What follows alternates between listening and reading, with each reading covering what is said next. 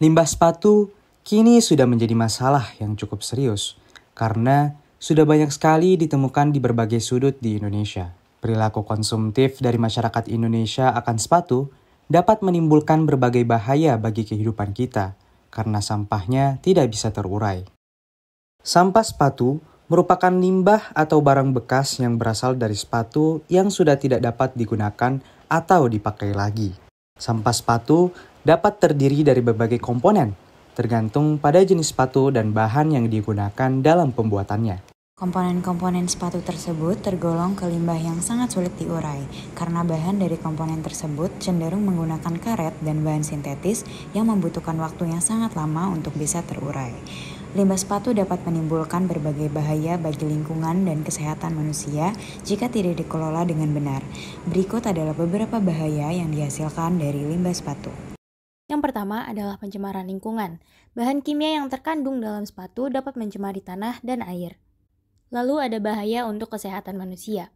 Beberapa bahan kimia yang digunakan dalam pembuatan sepatu dapat menyebabkan risiko kesehatan bagi orang-orang yang terpapar. Selain itu, aktivitas pembakaran limbah yang sering dilakukan juga dapat berpengaruh terhadap kualitas udara. Selanjutnya, terjadi kerusakan ekosistem. Hal ini diakibatkan dari limbah sepatu yang dibuang secara tidak benar, sehingga meningkatkan kerusakan ekosistem lokal. Limbah sepatu bekas yang tidak dibuang dengan benar juga dapat menjadi tempat berkembang biak bagi mikroorganisme berbahaya. Lalu, limbah sepatu yang dibuang di tempat pembuangan sampah yang tidak terkelola dengan baik dapat meningkatkan emisi gas rumah kaca, sehingga berdampak pada peningkatan global warming.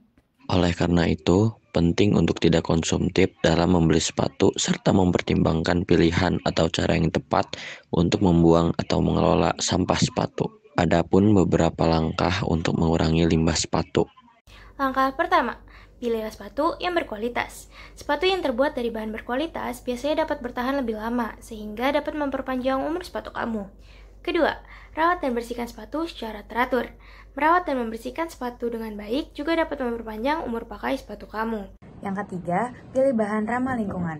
Hindari bahan sepatu yang sulit terurai dengan memilih sepatu yang terbuat dari bahan ramah lingkungan seperti bahan daur ulang. Yang keempat, memperbaiki dan memperbarui.